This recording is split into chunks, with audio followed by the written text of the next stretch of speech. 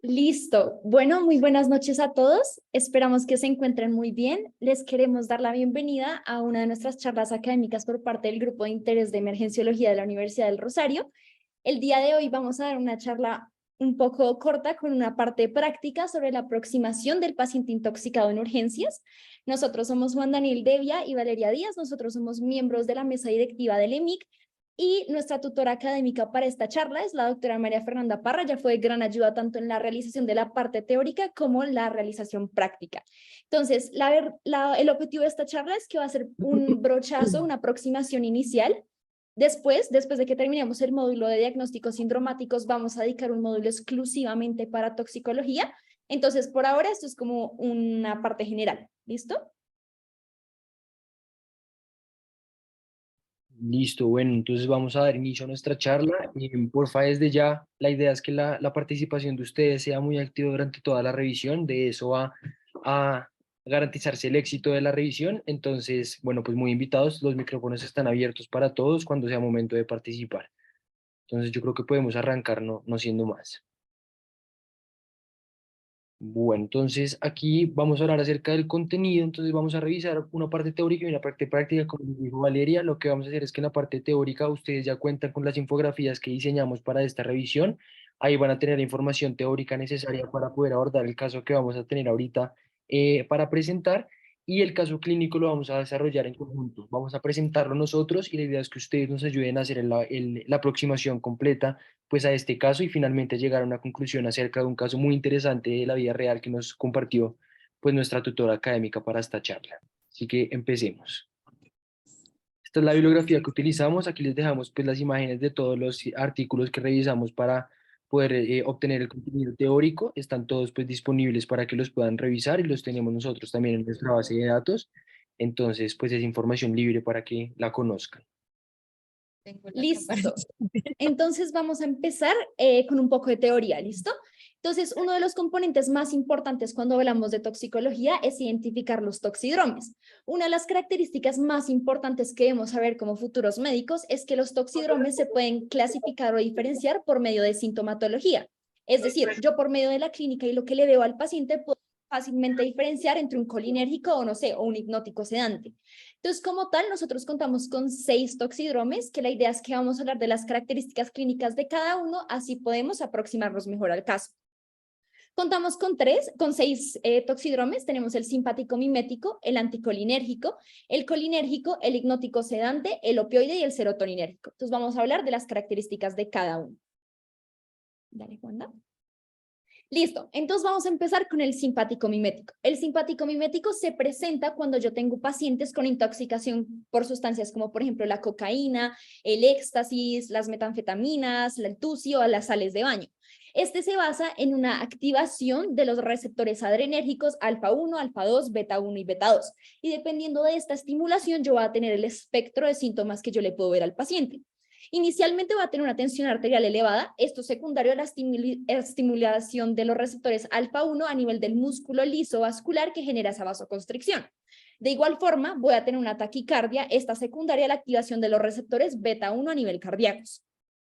Adicionalmente, vamos a tener una taquipnea. Esta más que todo se asocia al estado de agitación que se encuentra el paciente, pues por el estado de la intoxicación que está presentando. Vamos a tener una temperatura aumentada, esto secundario al exceso de catecolaminas que vamos a poder observar en estos pacientes. Vamos a tener unas pupilas midriáticas, unos ruidos intestinales que van a estar normales, el paciente va a tener diaforesis y nuestro estado mental va a estar agitado, el paciente va a estar hiperalerta y va a tener un temblor casi que presente. Esta diaforesis que les estoy contando se da principalmente por la estimulación de los receptores M3 que sabemos que son muscarínicos. Entonces, como se pueden dar cuenta, el simpático mimético prácticamente tiene todo hacia la alta, ¿listo? Ahora bien, tenemos el anticolinérgico. El anticolinérgico se da principalmente por intoxicaciones por sustancias como los antihistamínicos, el hipatropio, algunos antipsicóticos, la escopolamina o, por ejemplo, la buscapina que normalmente usamos. Estos anticolinérgicos lo que hacen es una inhibición de los receptores muscarínicos y dependiendo de esto vamos a tener la sintomatología. Vamos a tener una frecuencia cardíaca y una tensión arterial elevada, una respiración elevada, vamos a tener una temperatura también que va a estar elevada, pero aquí la característica más importante es que vamos a tener una diaforesis ausente, y esto explica muy bien por qué no vamos a tener sudor, vamos a tener la temperatura elevada. El hecho de que el paciente no pueda sudar indica que él no va a poder disipar ese calor y va a mantener el estado de hipertermia en el cuerpo. Entonces acá, súper importante, el anticolinérgico no va a sudar. Vamos a tener las pupilas en midriasis, vamos a tener ausencia completa de los ruidos gastrointestinales, vamos a tener un estado mental agitado, casi que en delirio. Los pacientes casi que presentan un episodio psicótico, tienen alucinaciones y muchas manifestaciones psiquiátricas, y vamos a tener un tono aumentado. ¿Listo? Siguiente. Listo. Entonces, ahora vamos a hablar del colinérgico. El colinérgico, la explicación de esto se basa en que se van a activar los receptores muscarínicos de acetilcolina. Este toxidrome se da por pacientes que tienen intoxicación por sustancias como los organofosforados, los carbamatos o la ribastigmina, por ejemplo.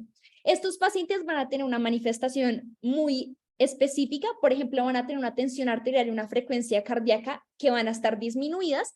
Esto se basa debido a que se estimulan los receptores M2 que aumentan el tono vagal de los pacientes y favorecen un estado de bradicardia. Vamos a tener una temperatura corporal que va a estar disminuida, pero vamos a tener una frecuencia respiratoria que puede estar aumentada, pero eso es muy importante que ustedes sepan que este aumento en la taquipnea va a darse secundario a un proceso de compensación que tiene el cuerpo. Estos pacientes se caracterizan porque están llenos de secreciones. Ellos, por la estimulación de los receptores M3, tienen broncoconstricción y broncorrea, que eso hace que ellos aumenten sus respiraciones, pues para compensar ese aumento en las secreciones que están teniendo.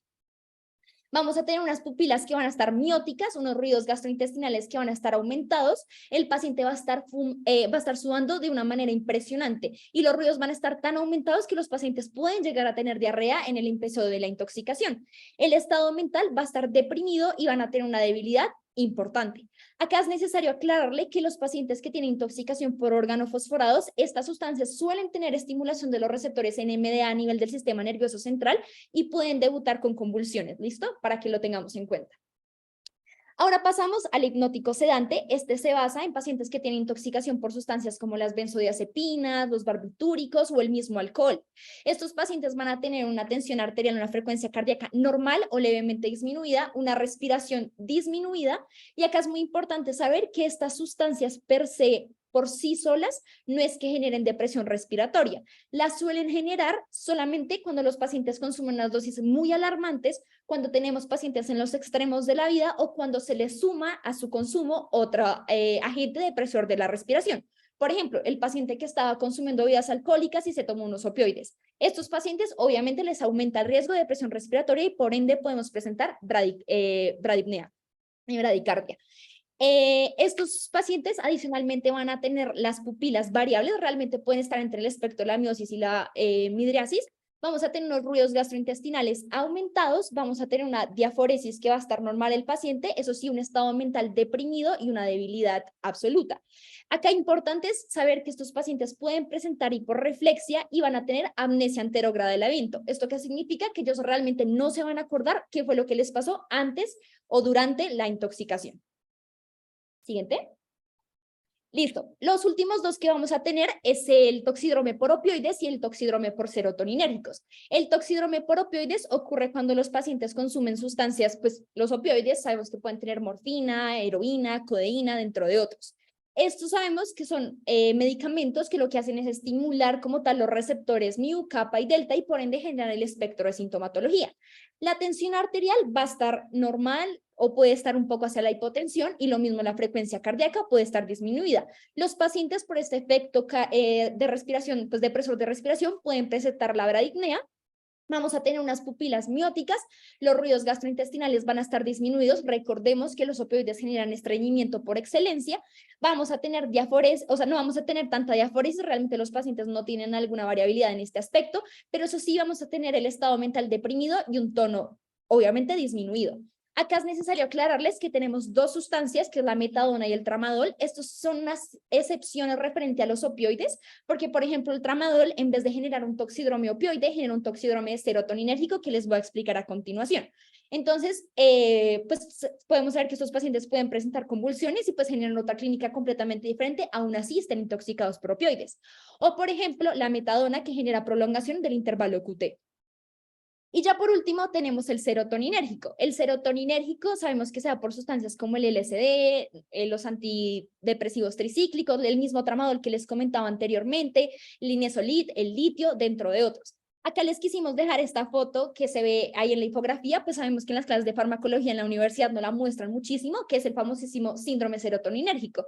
Este se va a caracterizar porque tiene una tensión arterial, una frecuencia cardíaca elevada, los pacientes van a estar hipertensos y van a estar taquicárdicos, van a tener una temperatura corporal elevada, sus pupilas van a estar midriáticas, van a tener unos ruidos gastrointestinales elevados o aumentados, van a estar diaforéticos, van a presentar pues diarrea y acá súper importante, van a estar tan agitados y pueden presentar clonus patelar.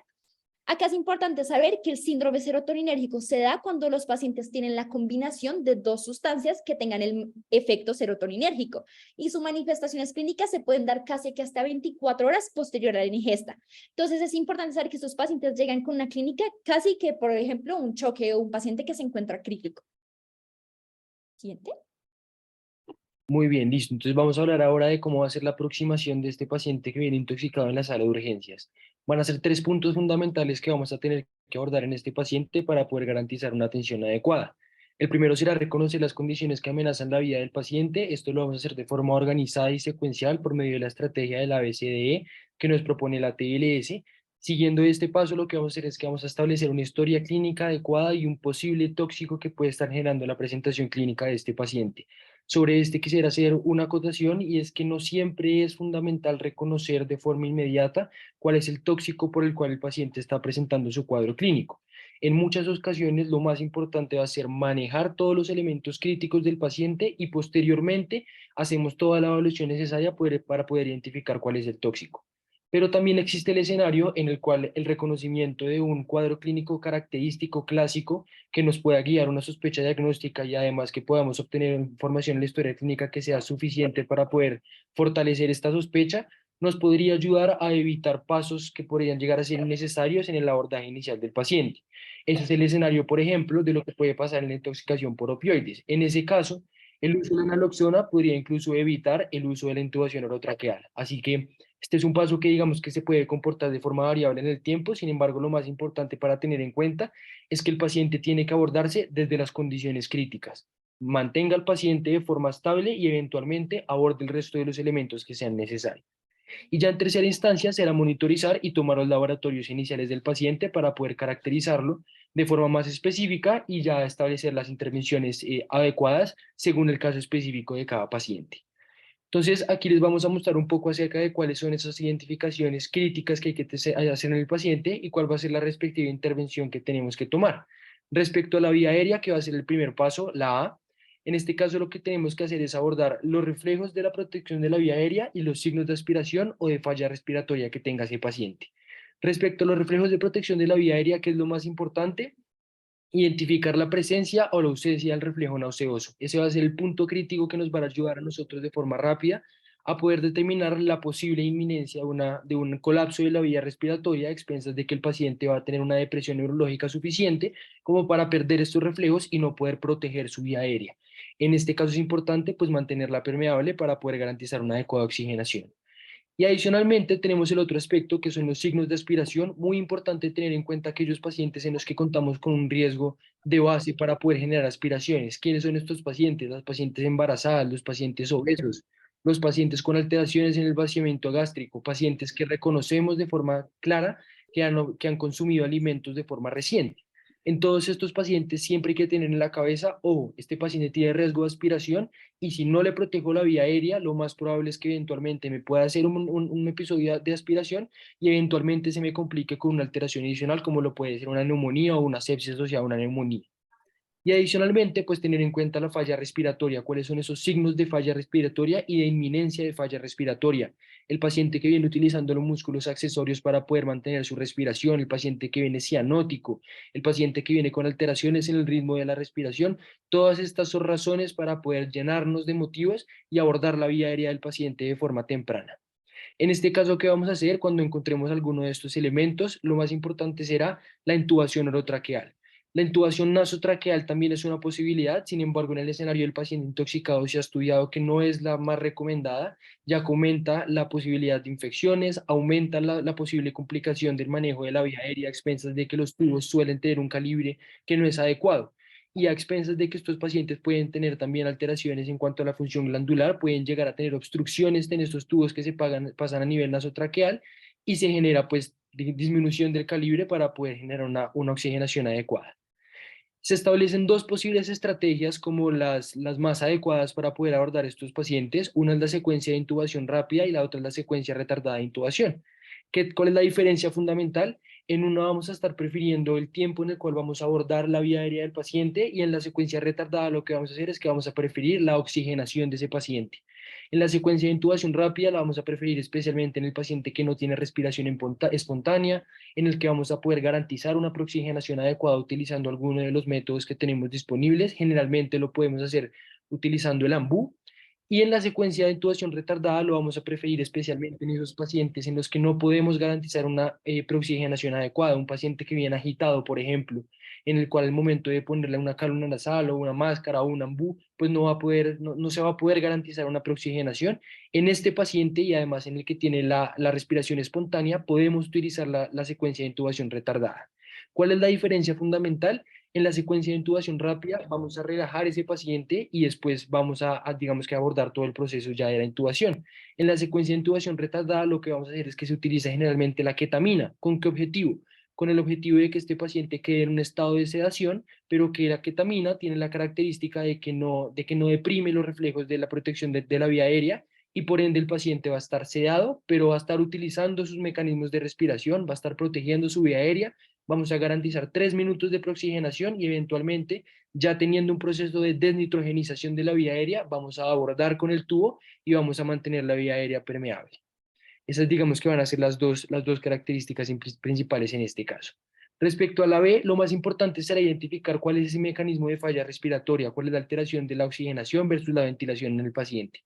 Hay 4 mecanismos de falla respiratoria, en este caso voy a hablarles de 2. Estos 2 son los más frecuentes en el escenario de la intoxicación. El tipo 2 será la falla respiratoria asociada a un proceso de hipercapnia. Este principalmente relacionado en ese paciente que no tiene la capacidad de barrer CO2. ¿Cuál es el proceso fisiopatológico asociado? Es un proceso de desequilibrio entre lo que debería estar haciendo el paciente de carga respiratoria, las necesidades que tiene para poder barrer todo el CO2 que está generando, y una alteración en la función o en la fuerza de los músculos de la respiración, que eventualmente lo que van a hacer es que si no funcionan, pues no se va a poder barrer este CO2. Eso pasa de forma característica en los narcóticos y en los sedantes. Ya la tipo 4 será asociada a un estado de choque, en el cual lo que vamos a tener es que va a haber una entrega inadecuada de oxígeno a los músculos de la respiración y en general a todos los músculos del cuerpo. Y esto va a estar relacionado con un aumento en las demandas metabólicas, siempre reconociendo que un paciente intoxicado es un paciente en un estado de estrés metabólico generalizado. Esto pasa generalmente en las intoxicaciones por agentes antagonistas de calcio. Esto lo que van a hacer es un proceso de depresión miocárdica y a expensas de esto pues se va a alterar todo el proceso de la oxigenación de los tejidos periféricos.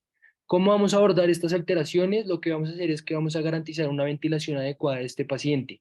En caso de que el paciente no tenga indicación de una ventilación mecánica invasiva, pues se puede utilizar unas ventilaciones mecánicas no invasivas, como lo pueden ser ventilaciones con presión positiva. Sin embargo, en la gran mayoría de ocasiones, una vez tenemos la vía aérea asegurada con el tubo, lo que vamos a hacer es que vamos a utilizar mecanismos de ventilación mecánica invasiva, generalmente controlados por volumen, de tal forma que vamos a estar garantizando un aporte adecuado de un flujo al paciente y además garantizamos una salida de flujo igual que va a garantizar que estemos barriendo el CO2 necesario. Siempre muy importante tener en cuenta acá, hay que evitar el barotrauma y hay que evitar la hiperoxia. El oxígeno también es un medicamento y el oxígeno también puede generar intoxicación. Los radicales libres que podemos generar a expensas de aumentar las dosis de oxígeno de forma inadecuada van a generar mucho daño. Entonces es importante tener esto en cuenta. En el escenario de la circulación vamos a identificar tres elementos fundamentales: la hipertensión, la hipotensión y las posibles cardiopatías. Sobre la hipertensión es importante tener en cuenta que se puede presentar de forma indirecta, esto muy relacionado con todo lo que tiene que ver con síndromes de abstinencia, o pues digamos que todos los escenarios en los que una causa secundaria esté llevando a la activación de todos los sistemas cardiovasculares. En el escenario fundamental de los síndromes de abstinencia que se puede generar, por ejemplo, en todo lo que tiene que ver con el consumo de benzodiazepinas, lo que vamos a hacer es que podemos reiniciar el uso de esas sustancias que están generando el síndrome de abstinencia, o en su defecto utilizar medicamentos que generen atenuación de los síntomas. Ya por otro lado tenemos el mecanismo directo en el cual el escenario, por ejemplo, del síndrome simpático mimético va a ser el ejemplo perfecto, donde vamos a tener estimulación nerviosa directa a esos receptores, que lo que van a hacer es que van a aumentar la presión arterial. En ese caso, ¿qué recomendaciones encontramos dentro de la literatura? Utilizar unas sustancias que vayan a llegar directamente a esos receptores y generen esa interacción para poder reducir la activación de estos receptores. ¿Cuáles recomiendan? La fentolamina y adicionalmente el nitroprusiato son los dos que más recomiendan en la literatura y que nos dicen utilícelos porque funcionan de forma rápida. La hipotensión será fundamental de identificar por una condición particular que se encuentra en los escenarios de la intoxicación, es el choque criptogénico. Se describe como ese choque en el cual el paciente tiene signos vitales estables, el paciente está bien hidratado, pero persiste con una alteración en cuanto a la demanda y el uso del oxígeno. El paciente está demandando mucho oxígeno y le está llegando poco oxígeno. Generalmente hay que pensar en tres condiciones particulares en el escenario de las intoxicaciones: las hemoglobinopatías, todas aquellas que tienen que ver con alteraciones en la estructura de la hemoglobina a expensas de la intoxicación; los síndromes de desacople, todas las alteraciones que tienen que ver con las alteraciones en las cadenas de transferencias de electrones de las mitocondrias, que eventualmente lo que van a hacer es que el paciente no pueda utilizar de forma adecuada el oxígeno y por ende siempre se prefiera la vía anaerobia; y ya por último, la anemia. Sobre las cardiopatías, siempre tener en cuenta el choque por depresión miocárdica, que es el escenario que les mencioné con los antagonistas de calcio, y la isquemia miocárdica, que puede suceder, por ejemplo, en ese escenario del consumo de la cocaína, que genera vasoconstricción y puede generar alteración a nivel de las arterias coronarias y llevar a escenarios que podrían simular un infarto. Sobre las intervenciones en este caso, cristaloides, vasopresores e inotópicos de forma temprana en caso de que exista la indicación. Siempre pues hay que especificar el escenario del paciente. Sin embargo, pues la recomendación es: si el paciente está choqueado, hidrátelo, garantice que tiene un aporte adecuado de líquidos. Si requiere vasopresor, póngale el vasopresor de forma temprana. No existe una recomendación actual acerca de cuál vasopresor es mejor sobre otro. Siempre piden, pues la recomendación es hacer la especificación en el caso del paciente, y pues el uso del inotrópico en caso de que se identifique la depresión miocárdica.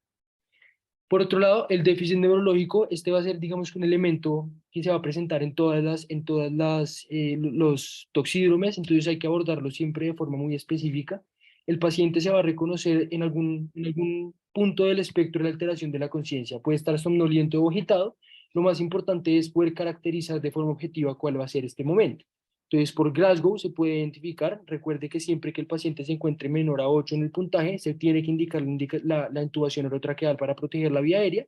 Y la otra recomendación es utilizar la mnemotecnia del ABPU. Si el paciente está alerta, si tiene respuesta verbal, si tiene respuesta al dolor, o si por el contrario está completamente aislado. Y siempre sobre el déficit neurológico hay que descartar hipoglicemias y traumas craneoencefálicos como causa. Y ya finalmente, sobre la historia clínica, hay una estrategia que nos recomiendan en la literatura acerca de cómo abordar estos pacientes y nos describe 5 Ws. La primera es: ¿quién es el paciente? Reconozca todos los elementos posibles acerca de quién es el paciente y cuál es el perfil. ¿De quién es la sustancia? Es diferente el mecanismo de intoxicación respecto al paciente que utiliza un medicamento de forma crónica y que, por ejemplo, se pudo equivocar al momento de utilizar Tras el una droga. estreno de Techia, Tom Clancy Rainbow Six Extraction. Gracias. Y en su defecto, si el medicamento que se utilizó o la sustancia que se utilizó no es del paciente, ¿qué producto es el que se está, digamos que presentando en el contexto de la intoxicación del paciente? ¿Cuál es la vía de administración, la farmacocinética, la farmacodinamia, la dosis? ¿En qué momento se presentó la intoxicación? Muy importante, sobre todo para el abordaje, por ejemplo, con el carbón activado. Y la última W es: ¿cuál fue la razón o la motivación de la intoxicación? Y las guías de forma particular, muy relacionado con los que nos comentaba la doctora Alejandra la semana pasada, recomiendan el uso de la tecnología. Dicen de forma clara: busque redes sociales, busque contactos cercanos, utilice el celular en caso de que lo tenga cerca y establezca toda la información que tenga disponible en este paciente. Bien, vamos entonces a empezar con el caso clínico. Entonces lo que vamos a hacer es que vamos a leerlo rápidamente y lo que vamos a hacer es que vamos a interactuar con ustedes para que nos cuenten acerca de qué cosas les llama la atención. Entonces voy a arrancar leyendo el caso clínico. Bueno, esto fue en la sala de urgencias y el motivo de consulta es que se encontró un paciente inconsciente en la vía pública. En la enfermedad actual tenemos una paciente femenina de edad desconocida que ingresa traída a urgencias por la Policía Nacional al encontrarla inconsciente en vía pública.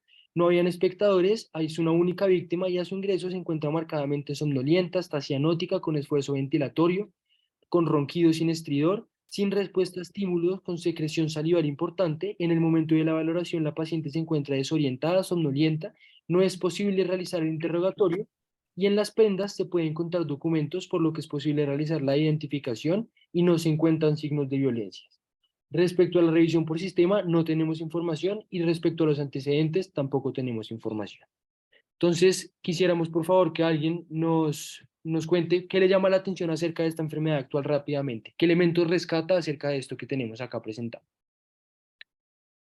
Buenas noches. Pues uno me llama la atención, pues que está somnolienta, cianótica, hay un esfuerzo ventilatorio marcado, el ronquido y además de eso la secreción salival que era pues abundante pues por lo que describí la enfermedad actual. Perfecto, buenísimo. Listo, Esos son exacto. datos muy importantes para poder abordar todos los, digamos que las intervenciones inmediatas que hablábamos en el ABCDE. Bien, eso por ese lado. ¿Alguien más quisiera aportar algo respecto a esta enfermedad actual?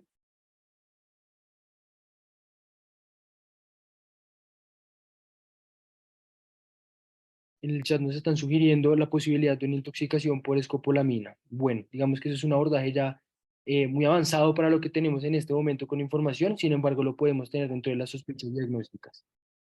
Bueno, ¿qué resaltamos nosotros respecto a esta enfermedad actual? Lo primero, el sitio donde encontraron a la paciente. Eso siempre va a ofrecer información importante acerca del mecanismo de intoxicación. ¿Dónde se encontró? ¿Habían más personas en el mismo estado donde fue encontrada la paciente?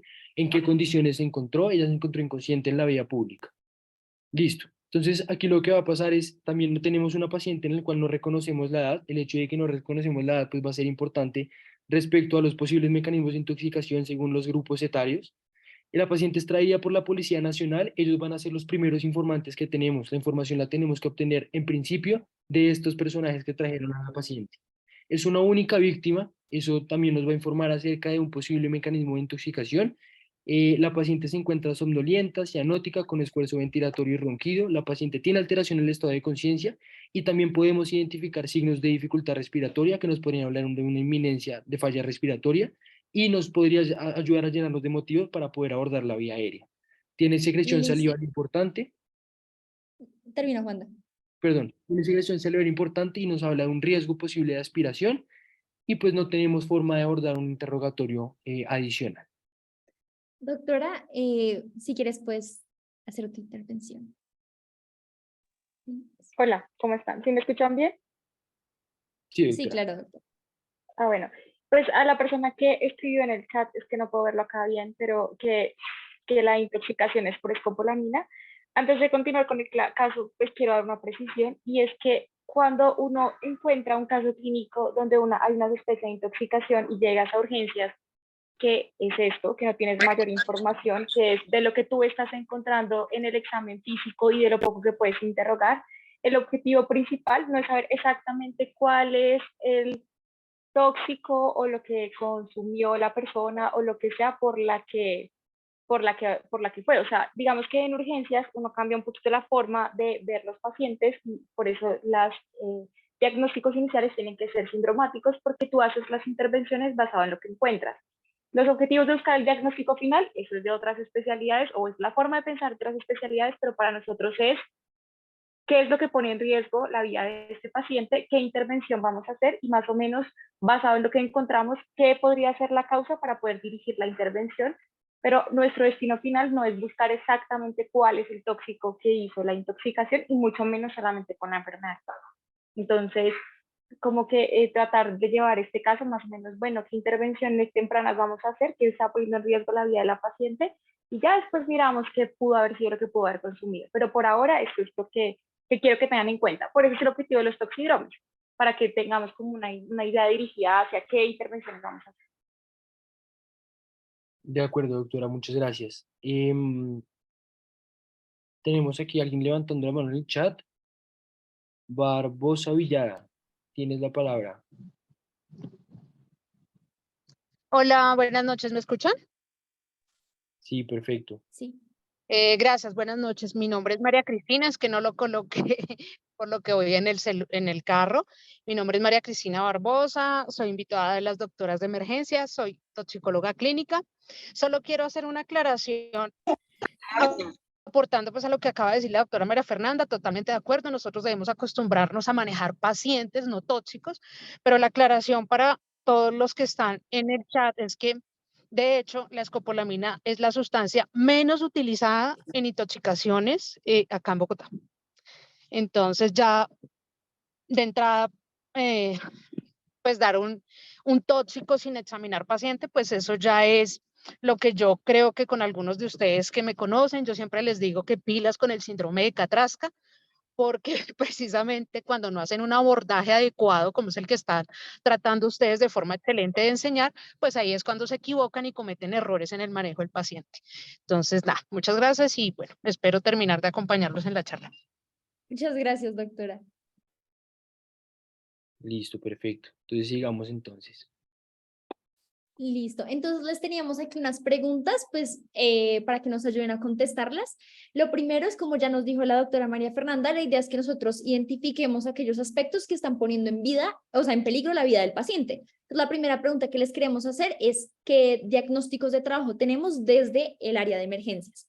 La segunda pregunta es, si bien no conocemos antecedentes, ¿qué tipo de cosas les gustaría conocer como tal sobre la paciente? Y también, ya después de terminar esa anamnesis, ¿qué hallazgos ustedes considerarían importantes evaluar en el examen físico?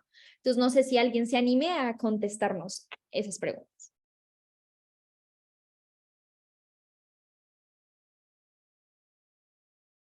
Hola, buenas noches, otra vez yo.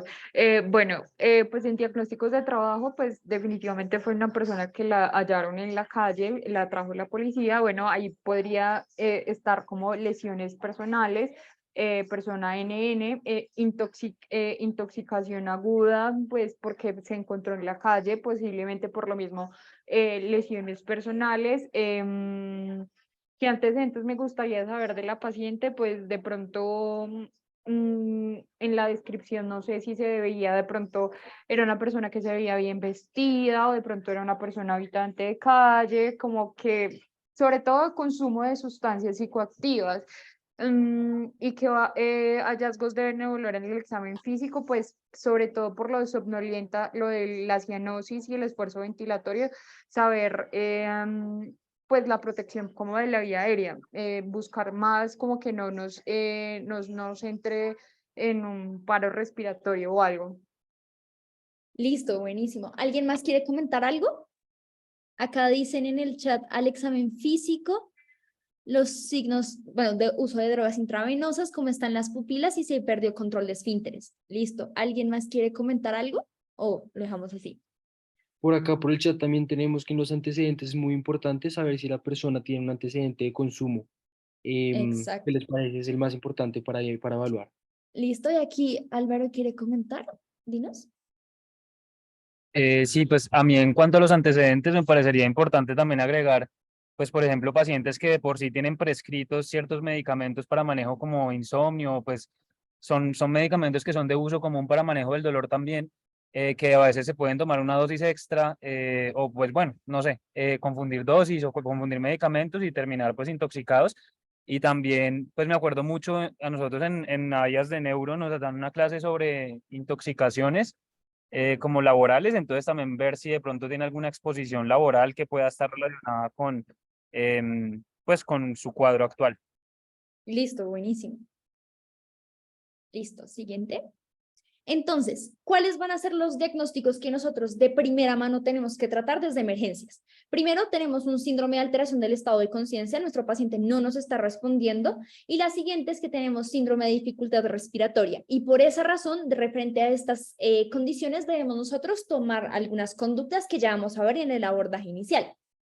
¿Qué nos gustaría conocer de antecedentes? Además de todo lo que ustedes han dicho, es como les habíamos comentado, indagar sobre la persona, si tiene uso de drogas intravenosas, qué tipo de fármacos él consume normalmente, con qué personas vive, cuál es su red de apoyo, y así poder nosotros crearnos o llenarnos de argumentos para tener unas sospechas diagnósticas. Y referente a qué vamos a buscar en el examen físico, pues aquí lo que tenemos que ver son los signos de los toxidromes, es decir, cómo están nuestros signos vitales, cómo está la tensión arterial, frecuencia cardíaca, frecuencia respiratoria, temperatura corporal, cómo se encuentra el estado de las pupilas, los ruidos intestinales, si el paciente está o no está diaforético, el estado mental y tono, para que a partir de esto yo pueda identificar si lo logro encasillar dentro de un toxidrome o si tengo alguna alteración mixta. Listo, perfecto. Entonces vamos a continuar con lo que encontramos al examen físico. Tenemos una paciente con una tensión arterial de 91,52 milímetros de mercurio con una media de 65, una cardíaca de 34 latidos por minuto, frecuencia respiratoria en 10 respiraciones por minuto, la temperatura está en 36,7 centígrados, está saturando en este momento al 100%, sin embargo en triage le pusieron un Venturi al 50%, pesa 65 kilogramos aproximadamente y talla más o menos 156 centímetros. Respecto al aspecto general, dice que está cuidado, no tiene signos de trauma o lesiones y no tiene marcas o patrones de consumo. En cuanto a cabeza y cuello, tiene salivación abundante, las pupilas están mióticas y pobremente activas, las escleras están ictéricas, las conjuntivas normocrómicas, el cuello sin masas o sin adenopatías. El tórax es simétrico, los ruidos cardíacos son rítmicos pero bradicárdicos, no hay soplos, el murmullo vesicular está conservado y está simétrico, pero se encuentran estertores en todos los campos pulmonares. El abdomen es blando, los ruidos intestinales están aumentados, no aparenta dolor a la palpación, no hay signos de irritación peritoneal, las extremidades son simétricas, eutróficas, el llenado capilar está normal. Y respecto al examen neurológico, tiene un examen mental no evaluable, no hay lateralizaciones, los reflejos son normales y tiene una respuesta leve al estímulo táctil.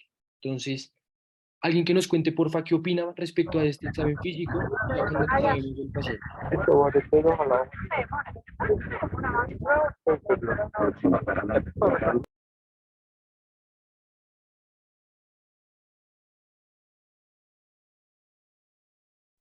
No sé si Hola, hay- buenas eso. noches. Gracias. Pues bueno, en cuanto a la tensión arterial, podemos ver que presenta una baja tensión arterial, claramente. La frecuencia cardíaca también está bastante bajita, tiene bradicardia. La frecuencia respiratoria también podemos decir que tiene bradipnea, de alguna manera. Y ya, eso era lo que quería comentar como las primeras tres partes. Listo. ¿Alguien más quiere comentar otra cosa? No, pues coincido con lo que comentó la compañera ahora, está hipotensa, bradicárdica, bradipneica, la temperatura está normal, persiste con el síndrome de dificultad respiratoria aguda y pues como con los exámenes, como con el examen general y pues lo que nos van resaltando ahí, pues como que nos va haciendo ir como más como ya a un toxidrome como de sedación, hipnótico, o sea, ya nos va dando como pistas para empezarlo como a encasillar sindromáticamente. Listo. Natalia, ¿quieres decir? Ok. Ahí ya te di la palabra. Sí, digamos, me llama la atención lo de la salivación abundante, que las pupilas están mióticas y sobre todo también los ruidos intestinales aumentados. Listo, buenísimo. Listos. Sigamos. Bien, entonces sigamos. Respecto a la estabilización inicial, entonces los hallazgos los encontramos, pues todo lo que vamos a mostrarles acá es lo que encontramos en el examen físico. Entonces fíjense que respecto a la ABCD que tenemos que hacer, respecto a la vía aérea, es un paciente que tiene esfuerzo ventilatorio, que viene con ronquido, que está somnolienta, con secreción salival importante. Esto ya nos da razones suficientes para abordar esa vía aérea de forma inmediata. ¿Qué intervenciones hay que hacer? Pues hay que buscarle los reflejos protectores de la vía aérea, poner a la paciente en una posición de olfateo, identificar también todas esas secreciones que tiene, hacer limpieza y succión de la vía aérea y finalmente a esta paciente se le aseguró la vía aérea por una secuencia de intubación rápida, se utilizó fentanil, midazolam y rocuronio. Respecto a la B, tenemos una paciente que está saturando al 100, sin embargo está con un Venturi al 50%, está evidentemente braipneica y tiene estertores en todos los campos pulmonares. Respecto a las intervenciones, valorar el tipo de falla respiratoria, en este caso lo caracterizamos como un tipo 2, es decir, una falla ventilatoria hipercápnica, y adicionalmente, en este caso sería adecuado utilizar una ventilación mecánica controlada por volumen. Respecto a la circulación, los hallazgos que tenemos con ella es una paciente que se encuentra con unas tensiones arteriales limítrofes, sin embargo la tensión arterial media se encuentra pues en valores de normalidad, 34 latidos por minuto de cardíaca, está evidentemente bradicárdica, y pues el llenado capilar se encuentra normal. En este caso, ¿qué hay que hacer? Asegurar unos accesos venosos que sean permeables. A esta paciente se le manejó con bolos de atropina, se le dieron en total 2 miligramos de atropina, y adicionalmente se le inició un aporte de líquidos con dextrosa al 10% a 60 cc hora. Y finalmente tuvo que ser soportada con noradrenalina a 0.03 microgramos kilogramo hora. Respecto al déficit neurológico, es una paciente que tenemos con un examen mental que no es evaluable, tiene una respuesta leve a estímulos táctiles y se caracterizó con una categoría RAS-3 de sedación. ¿Qué hay que hacer con esta paciente respecto a esta alteración en el estado de conciencia? Valorar signos de focalización, descartar una hipoglicemia y finalmente descartar un trauma craneoencefálico. Listo. Entonces, ahora llega la pregunta más importante y es ¿qué tipo de toxidrome después de ustedes analizar la anamnesis y el examen físico creen que está teniendo la paciente? No sé si aquí alguien quiera comentar por el chat o por el micrófono, ¿qué piensa? Acá dicen colinérgico. María Alejandra, te voy a activar aquí. Dimos. Sí, pues teniendo en cuenta el examen físico, podríamos pensar en un síndrome colinérgico, teniendo en cuenta que la paciente tenía una salivación aumentada, las pupilas estaban mióticas y, bueno, si bien puede presentar bradicardia o taquicardia, pues esta paciente tiene una franca bradicardia que nos podría orientar hacia ese diagnóstico. Buenísimo. ¿Alguien tiene otra impresión diagnóstica o otra aproximación al caso o todos nos quedamos con que es colinérgico? Acá dicen que efectivamente coinciden con que sea colinérgico. Listo. Si quieres, dale siguiente. Entonces, efectivamente lo hicieron muy bien. Nuestra sospecha diagnóstica inicial va a ser que el paciente está bajo un síndrome colinérgico. Nos basamos en esta sospecha por 3 componentes importantes que vimos al examen físico. 1, estaba bradicárdico. 2, tenía las pupilas mióticas. Y 3, tenía una movilización súper importante de secreciones. Tenía una marcada sudoración y una marcada salivación. ¿Listo? Por esos 3 como hallazgos es que nos decimos que nuestro paciente puede estar bajo un síndrome colinérgico con una probabilidad muy alta que la intoxicación haya sido por organofosforados. Debido a que los órganos fosforados pueden generar un riesgo de síndrome intermedio, es importante que a este paciente inicialmente lo dejemos en vigilancia por al menos 96 horas, ¿listo? Entonces, muy bien los que identificaron el colinérgico, pues este sería el caso clásico. Listo, y ya finalmente, pues estos son los paraclínicos que se le solicitaron a esta paciente. Tenemos una glicemia que está en 69, un sodio de 135, potasio en 3.6, un cloro de 1.7, el cuadro hemático nos muestra unos leucos en 16.640, neutrófilos del 86.5%, linfocitos del 7.6%, la hemoglobina está en 12.1 gramos por decilitro, el hematocrito está en 37.2% y tenemos 301.000 plaquetas. Respecto a los tóxicos en orina, no se detectó ningún tóxico en particular en este examen. Adicionalmente, respecto a la función renal, tenemos un BUN en 18 y una creatinina en 0.54. Respecto a la función hepática, una bilirrubina total en 0.1, directa de 0.3, indirecta de 0.5. El PT está en 12.4 y el PTT está en 22.2. Con los gases arteriales tenemos un pH que está en 7.3, una PO2 en 95, una PCO2 en 39 milímetros de mercurio, tenemos un bicarbonato en 19.2 mil equivalentes por litro, la base exceso está en menos 7.2, el ácido láctico está en 2.2 milimol por litro, la saturación está en 96% y tenemos una PAFI calculada de 158, con una FiO2 al 60%.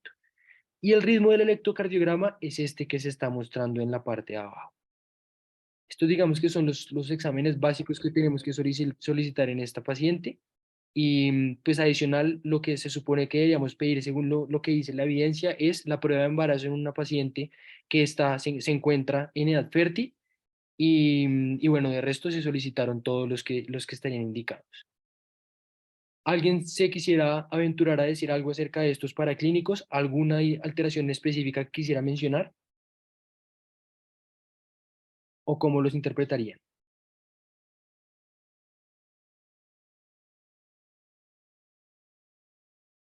Bueno, la glicemia está un poco hipoglicémica, pero pues está menor de 70, un 69, está muy limítrofe. Los electrolitos están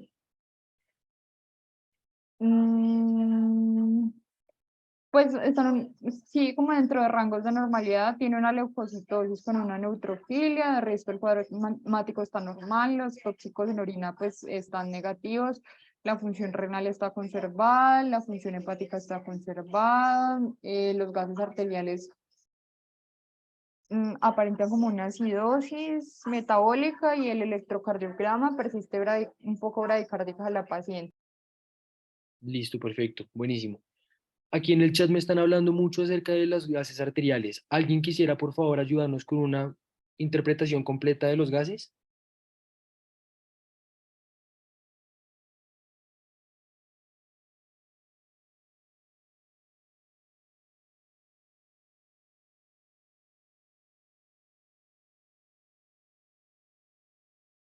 Álvaro, cuéntanos. Pues no estoy muy seguro, pero vamos a intentar.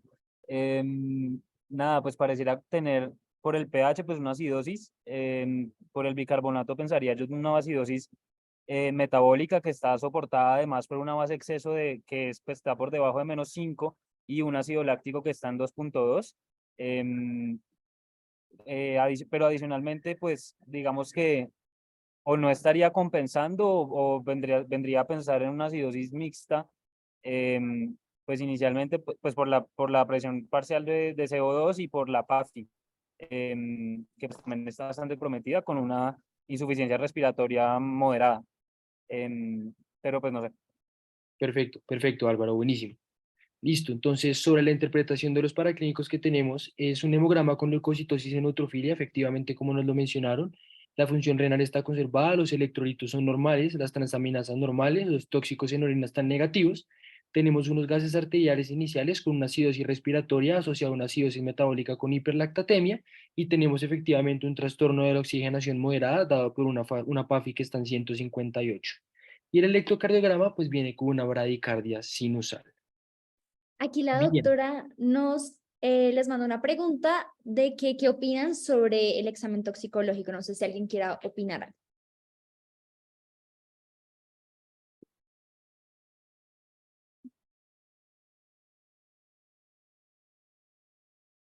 No sé si alguien quiera. O si la doctora nos quiere comentar acerca de eso. O no, Álvaro quiere decir algo.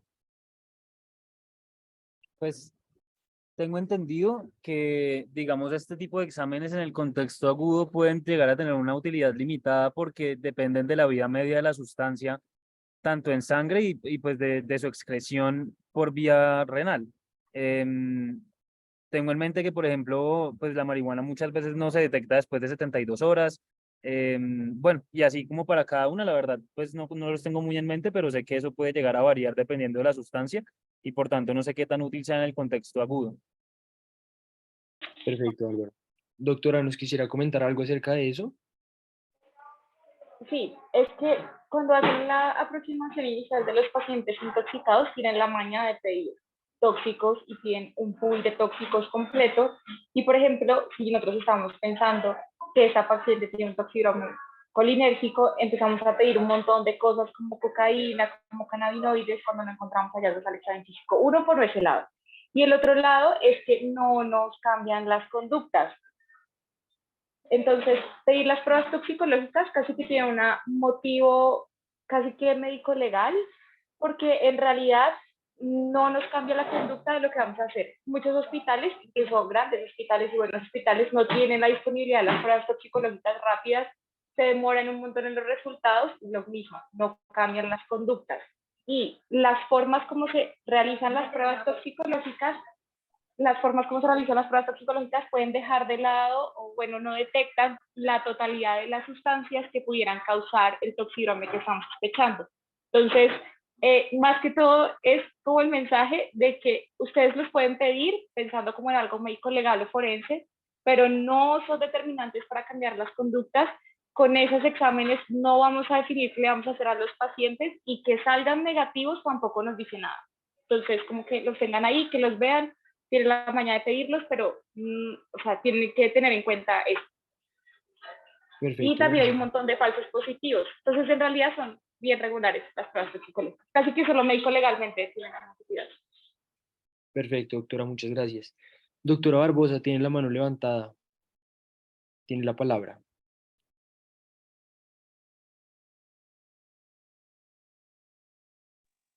Sí, ¿me escuchan? Sí, sí, señora.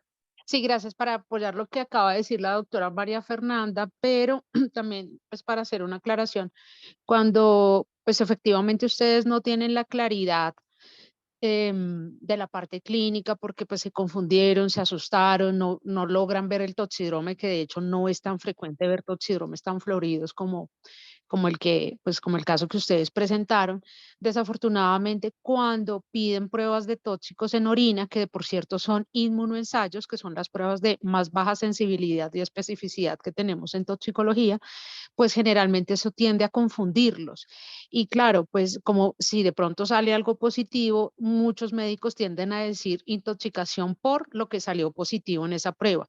Sin embargo, ¿qué va a pasar desde el punto de vista médico-legal? Que si ese caso se llega a ir a un proceso médico-legal o lo que sea, pues lo primero que un toxicólogo va a refutar es esa prueba.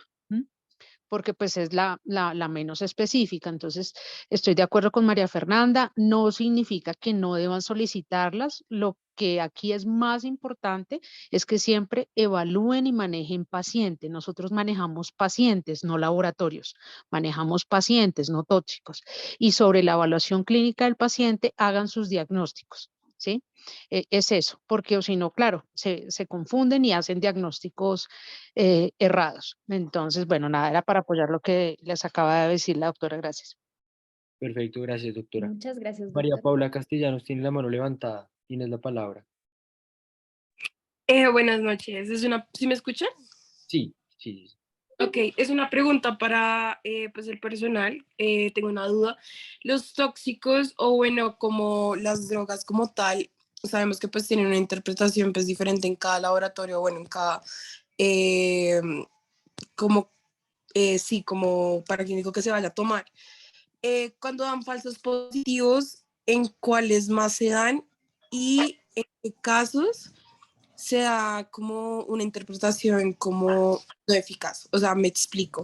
Hay varios paraclínicos para ver si hay tóxicos, pero tanto como en la sangre, en la orina, incluso en el cabello. ¿Cuál es como uno confirmatorio y cuál es el que se hace como de primeras? Doctora, tiene la palabra. Sí, yo me supongo que esta me toca resolverla a mí, ¿cierto? Sí, señora. Ah, sí. Bueno, entonces, aquí hablamos nosotros es de técnicas analíticas en toxicología, doctora. Lo que ustedes tienen, de hecho, lo que incluso nosotros los toxicólogos tenemos en nuestras instituciones, son pruebas de inmunoensayo. ¿Sí? Las pruebas de cromatografía, que son otro tipo de pruebas que hay en algunas instituciones como en la Santa Fe, donde te pueden dar algunas cuantificaciones de sustancias como cocaína o anfetaminas, son pruebas que no consideramos nosotros desde el punto de vista confirmatorias, porque confirmatorias son unas técnicas analíticas que tienen, yo sé que ustedes han visto CSI todos, ¿cierto? Y si ustedes se fijan en los laboratorios de CSI, ustedes ven que ellos cada vez que toman unas muestras, muestran en el laboratorio como unos picos, como unas técnicas donde muestran picos de sustancias, las clasifican y le dan el nombre específico a cada sustancia. Esas pruebas se llaman espectrofotometría con cromatografía. Es una combinación de técnicas analíticas. La verdad, solo lo tenemos en laboratorios específicos. Cuando por parte de toxicología pedimos o incluso alguna especialidad pide una concentración específica de cierto laboratorio, como nos puede pasar, por ejemplo, la solicitud de metales pesados, porque necesitamos confirmar a través de combinación de técnicas analíticas cierta sustancia. Y de eso, de lo que necesitamos evaluar, pues depende depende la matriz, o sea, depende si la vamos a pedir en pelo, en uña, en sangre, en orina, medicina legal, pues obviamente toma otras muestras como contenido gástrico y todo, pero para aclarar, las técnicas analíticas, esas combinadas son técnicas muy costosas, por eso es que ustedes no las tienen en la clínica, las pedimos los médicos especialistas cuando necesitamos confirmar ciertas intoxicaciones, ¿sí? Por ejemplo, en la Santa Fe que tienen cromatografía, entonces le sale cocaína positivo en orina, ¿sí? Entonces el médico emergenciólogo puede solicitar cuantificación de cocaína y le van a dar un valor, 2.000, 3.000, 500. ¿Por qué lo solicitan? Porque muchas veces el paciente dice, no, yo no consumo, eso me salió positivo porque yo estoy tomando carbamazepina, porque estoy tomando anticonvulsivantes que pueden ser falsos positivos, pero cuando uno ya cuantifica la sustancia, uno le dice, no, señor, mire, salió la cuantificación en 2.000 o en 3.000, eso no es un falso positivo, eso no lo da la carbamazepina, no lo dan los anticonvulsivantes, sino solamente la cocaína, ¿sí? Pero tenemos muy pocas pruebas confirmatorias en las clínicas y combinación de técnicas analíticas no las encontramos en la clínica, nos toca a través de laboratorios particulares. Perfecto, doctora, muchas gracias. Bueno, entonces, Listo. Bueno, entonces ahora vamos a hablar sobre el manejo, las medidas que desde emergencia se deben realizar. En un primer momento necesito aclararles una cosa que se llamaba antes el cóctel del coma. El cóctel del coma era una serie de medidas que se hacían en emergencias a todo paciente que llegase en contexto de una alteración del estado de conciencia. Este cóctel del coma se basaba en realizar 5 medidas, es decir, darle oxígeno alto flujo a todo paciente, darle dextrosa a todo paciente, darle tiamina, naloxona y flunacenilo.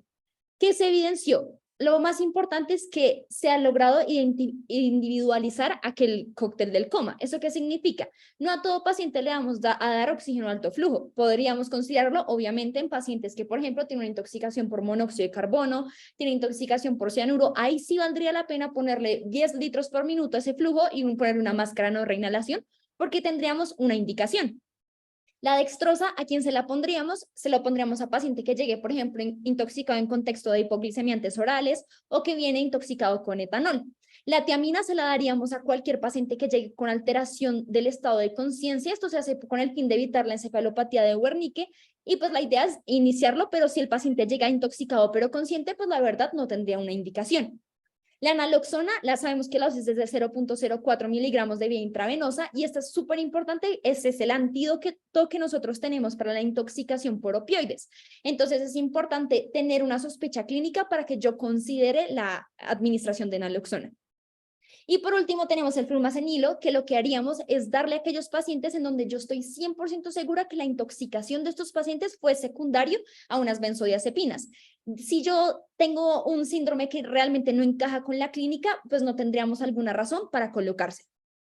Dentro de las cosas que debemos evitar está principalmente el jarabe de ipecuanca. Este es un jarabe que antes se daba que lo que tenía como tal era un efecto como emetizante en los pacientes, que se evidenció que estos pacientes vomitaban tanto y se descompensaban tanto que generaban depresión del estado de conciencia y aumentaban el riesgo de broncoaspiración. Entonces realmente esta medida ya está mandada a recoger porque es más el riesgo que el beneficio que está teniendo el paciente. Y adicionalmente venimos a desmentir uno de los mitos más grandes que nosotros desde estudiantes tenemos, y es creer que intoxicación es igual a lavado gástrico. Eso es una mentira. De hecho, no hay evidencia que muestre que el lavado gástrico sea una medida de rutina que debamos hacer en el manejo de las intoxicaciones, y no tiene una evidencia superior a la utilización del carbón activado. Es decir, al paciente que acabamos de tener en nuestro caso, no es que nos llegue a urgencias si una vez yo le estoy haciendo un lavado gástrico. De hecho, consideraría que fue lo que se hizo hacerle un carbón activado. Entonces, ahora hablemos del carbón activado. Como tal, la indicación del carbón activado en la literatura dice que se debe administrar siempre y cuando el paciente tenga una intoxicación transcurrida menor a 1 hora después de la administración. ¿Qué se ve en la clínica? Que realmente los doctores prolongan un poco más este periodo de tiempo. El mecanismo de acción del carbón activado es que él es un absorbente. ¿Eso qué significa? Que es un carbón activado que se va a pegar a la sustancia y va a favorecer como tal la eliminación de una manera mucho más eficaz. ¿Listo? La dosis es de 1 gramo kilogramo y acá es súper importante que sepamos prepararlo, más que todo en el contexto de un rural. Lo que se recomienda es que por cada gramo yo tengo que diluirlo en 4 cc de solución de agua, perdón. Entonces, les pongo el caso ejemplo. Tenemos un paciente que llega y me pesa 50 kilogramos. ¿Yo qué hago? Poner 50 gramos de carbón activado y lo diluyo en 200 cc de agua. Esto se lo voy a dar al paciente y se lo puedo dar por vía oral si el paciente está consciente, o si no, debo darlo en una sonda orogástrica, que sería el caso de nuestro paciente porque él no está tolerando la vía oral. Acá es importante tener en cuenta las contraindicaciones para la utilización del carbón activado.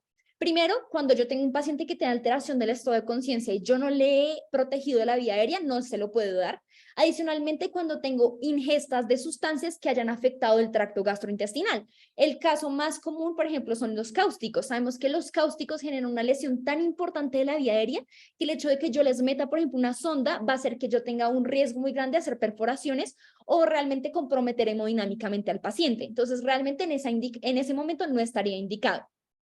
Adicionalmente, estaría también no indicado en perforaciones o hemorragias gastrointestinales o cuando yo requiero después de la intoxicación hacerle una endoscopia al paciente, ¿listo?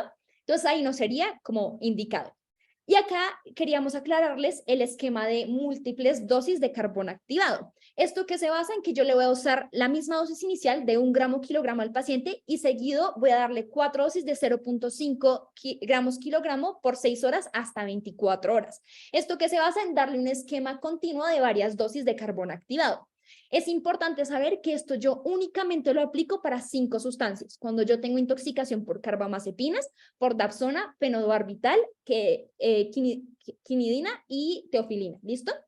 Si yo tengo intoxicación por otras sustancias, realmente la utilización de dosis múltiples de carbón activado no ha visto una evidencia y preferimos dar únicamente una sola dosis. Siguiente.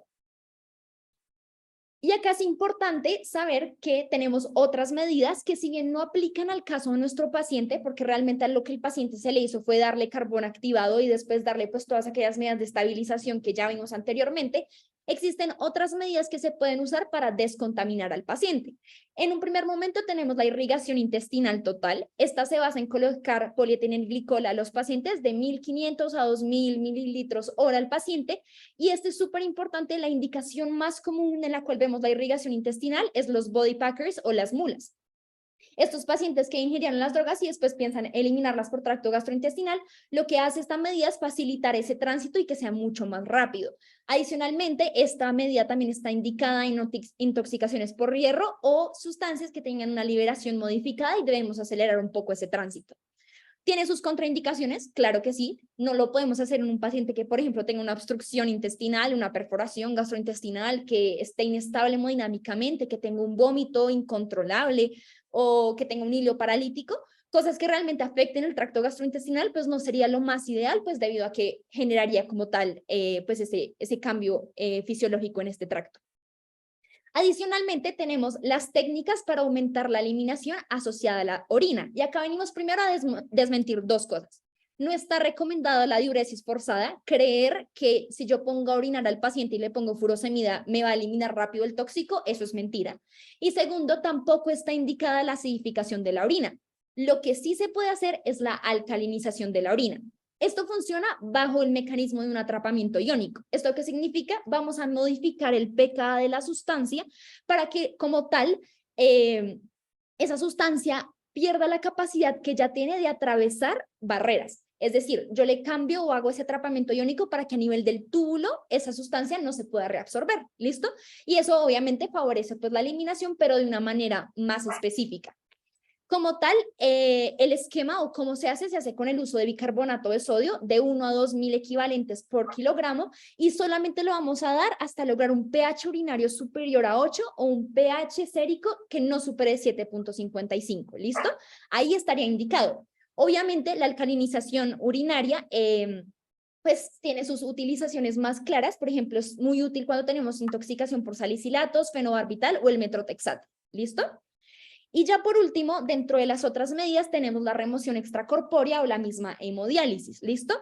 Es importante saber que yo no puedo dializar todas las sustancias. Yo no puedo creer, o sea, no se puede creer que yo conecto al paciente y todas las sustancias se las voy a sacar, porque aquellas componentes o sea, aquellas sustancias tienen que tener ciertas características para que yo las pueda dializar, dentro de las cuales debe tener un volumen de distribución bajo, debe ser hidrosoluble, tiene que tener una baja unión a proteínas, tiene que tener un peso molecular menor a 1000 Daltons, en fin, cumple una serie de características que me hagan que yo pueda dializar aquella sustancia.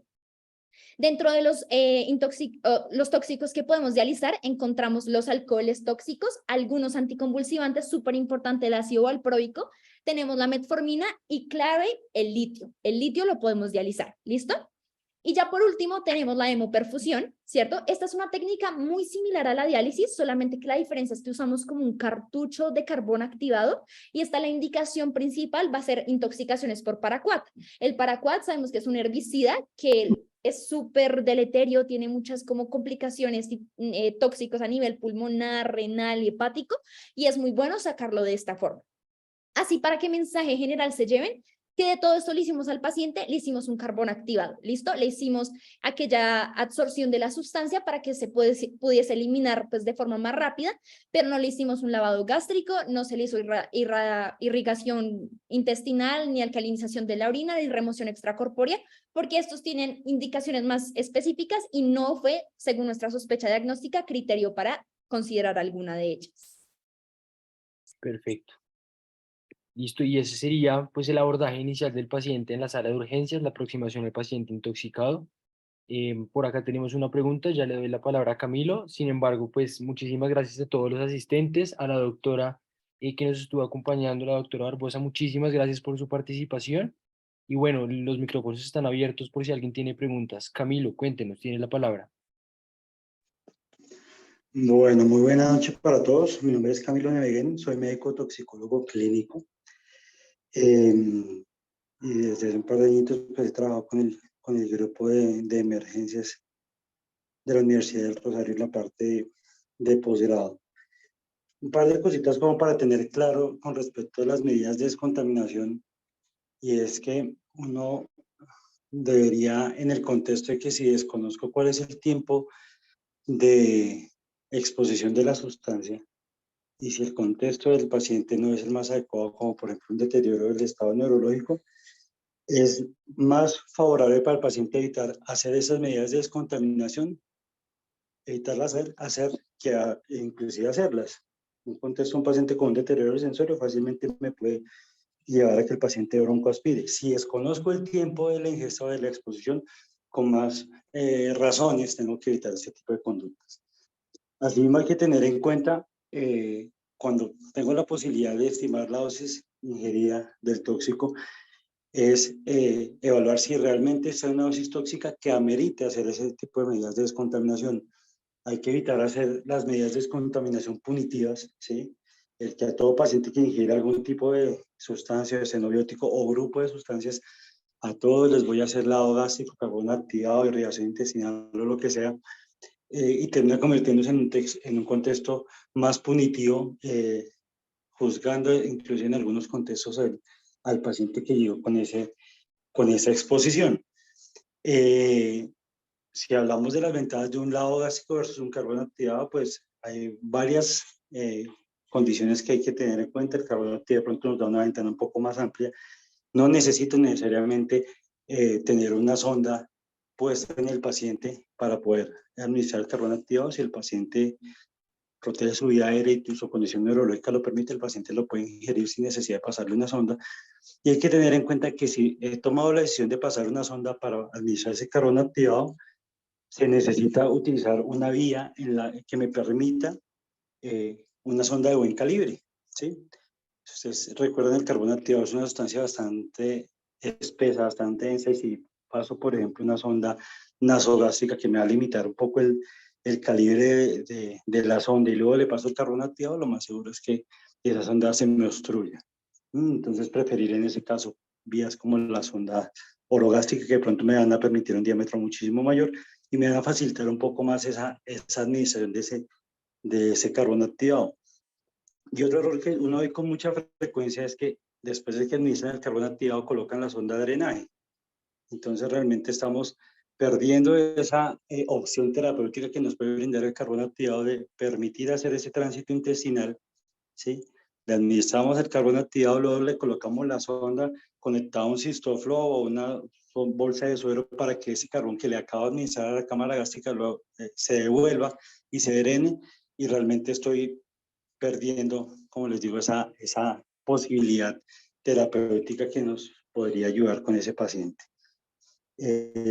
Obviamente hay contextos en los cuales las sustancias no se benefician de la admisión de carbono activado, y una de ellas es tener en cuenta los tiempos. Si desconozco el tiempo, no debería hacer ese tipo de conductas. Puede ser más perjudicial para el paciente, puede llevar más complicaciones, puede llevar a un paciente a una broncoaspiración. A veces ocurre eso en los contextos de atención prehospitalaria, en el que se hacen ese tipo de medidas, y cuando nos llegan los pacientes a los hospitales, generalmente ya vienen con una sonda que está mal ubicada, o ya una admisión carbono activado que está todo en la vía aérea, y pasamos de tener un paciente intoxicado a un paciente con una neumonía, una neumonitis, por este carbono activado, y muchísimo más complicado de lo que inicialmente pudo estar. Adicionalmente, pues nada, digamos que estos espacios académicos que ustedes abren son bastante importantes, y felicitarlos por ese trabajo que están haciendo. Doctor, muchísimas gracias por su Muchas gracias, intervención. doctor. Muchas gracias por estar acá. Muy valioso su aporte. Bueno, listo. Aquí tenemos una pregunta más en el chat. Ya con esto cerramos. Dice, en una situación en la que el paciente tuviera hipersensibilidad al carbono activado o alguno de sus excipientes, ¿cómo se guiaría el manejo? No sé si alguno de los doctores toxicólogos nos podrían ayudar con esta pregunta. No Doctora. existe, sí, gracias. No existe hipersensibilidad al carbono activado porque es una sustancia inerte, es una sustancia orgánica y no tiene excipientes. Entonces, tranqui, eso sí se debería tener una pero pésima espalda. O sea, y nada, pues ya Camilo nos hizo el favor de aportar más aclaraciones con respecto a, digamos que las indicaciones de carbono activado, el tiempo es supremamente importante, asegurar primero la vía aérea es supremamente importante. Hay un carbono activado que viene en presentación líquida que tienen muchas instituciones, no se preocupen, ese tampoco tiene excipientes que generen hipersensibilidad en los pacientes, esas son sustancias orgánicas, entonces no van a tener problemas de hipersensibilidad como sí sucede con otro tipo de medicamentos o productos, ¿listo? Entonces, bueno, nada, tranquis, tampoco tanto terror a las reacciones adversas por medicamento. Y me uno a las felicitaciones de Camilo, excelente presentación, felicito a los dos expositores, muy buena la presentación, muy clara, me gustaron las diapositivas, la forma que abordaron el tema. Felicitaciones y claro, pues felicitaciones a las tutoras de medicina de emergencias. Y un abrazo a todos y muchas gracias. Muchas Muchísimas gracias, gracias, doctora. doctora. Muchas No gracias sé por su si participación. nuestra tutora académica quiera decir algo. Una aclaración. Bueno, gracias, la verdad me gustó muchísimo la presentación, ustedes volaron solos, yo prácticamente no tuve que hacerles ninguna corrección, está muy juiciosos. Las infografías van a quedar disponibles para todos en la página de Instagram, y pues vamos a también tener como otras actividades que son como más interacción en Instagram después de las charlas, para que estén atentos como a los estados, a los reels y esas cositas que vamos a hacer. Esto es solamente una parte general de la atención, pues la aproximación inicial al paciente intoxicado. Les recuerdo que una vez terminemos con estos módulos sindromáticos, que es lo que estamos haciendo ahorita, después van a haber espacios específicos para toxicología donde vamos a tratar muchísimo más grande cada uno de pues las intoxicaciones más específicas y que otras intervenciones. Entonces, para que pues sigan en el Instagram, que ahí es donde vamos a informar todo, y ya, gracias a todos por participar. Perfecto, doctora, muchísimas gracias. Muchas Y gracias. una vez más, gracias a todos por su participación. La charla va a quedar también subida en YouTube, entonces en caso de que sea necesario en algún momento y quieran volver a verla, pues allá estará disponible. Y nada, nos vemos el próximo jueves que tenemos en nuestra siguiente revisión. Abordaje de bradicardias, entonces los esperamos a todos la próxima semana. Que tengan una feliz noche y muchas gracias a todos por estar presentes. Hasta luego. Muchísimas gracias, hasta luego. Gracias, hasta luego. Hasta luego, muchas Que gracias. estén bien. Gracias.